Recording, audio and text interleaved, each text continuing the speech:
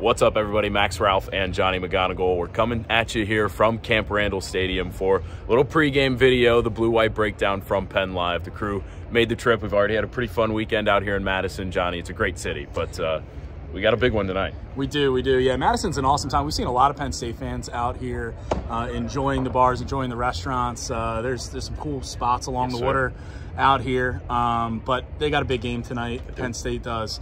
Number 3 Nittany Lions going up against Wisconsin, who's kind of on a roll right now. I mean, inferior competition, sure, but you know, winning 3 of their last 3, they've won 3 straight after that Alabama loss. And this is going to be Wisconsin's biggest test, though, since that Alabama game that they'd lost 42-10. Starting quarterback gets hurt in that game. Braden Locke has come in, and something that I'm looking forward to seeing is how Braden Locke deals with this Penn State defense. He's a quarterback who's thrown 5 interceptions now in 4 starts, and I think this is an opportunity for Penn State secondary to do some damage. Absolutely with you. I do think it all starts up front with the running game. Tawee Walker is a talented back, but Penn State's really got a good front. For me, the X factors are the linebackers, because that's kind of been the thing the whole season. You know those guys up front are going to do well. It's just whether the linebackers can fill the gaps behind them. So if they can do that, then you stop what Wisconsin wants to do, which is the play-action attack with Locke. Keep open receivers around him, make things easy. I mean, he is the backup quarterback after all. You know, they're trying to make this as easy as possible for him, and he still turned the ball over. So if Penn State can stop the run, it'll be good. But if we flip to the other side, I think kind of it's the exact opposite. Drew Allard has protected the ball, and he should be able to do so against Wisconsin. Yeah, I think Drew is in for a good game again after throwing for a career high 391 yards at USC. That was kind of necessary, not necessarily by design. Going down by 14 at halftime and having to will yourself back into the game and ultimately win in overtime.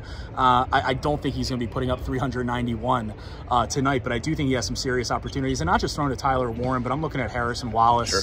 I'm looking at even Liam Clifford, Julian Fleming, Amari Evans.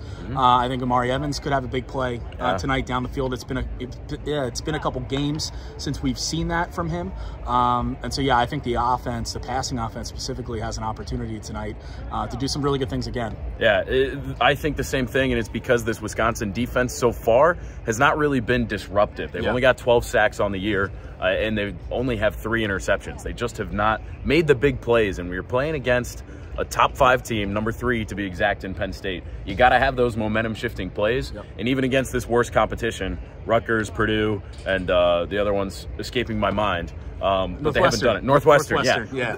Wisconsin hasn't done it against those teams. So I think that the game script, the game flow is really going to favor Penn State today. So Johnny, lay it on me. Prediction. 27-10 Nittany Lions. I think we talked about this on the podcast earlier this week, a couple days ago.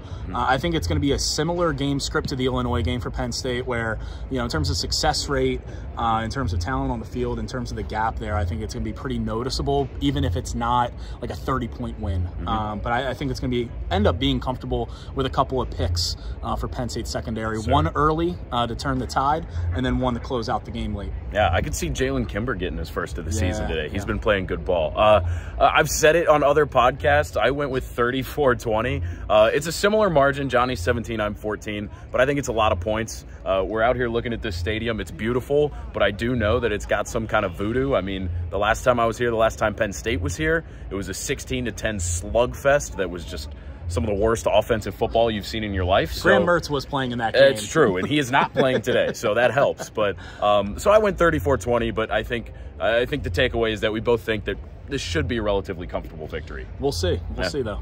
Stay tuned.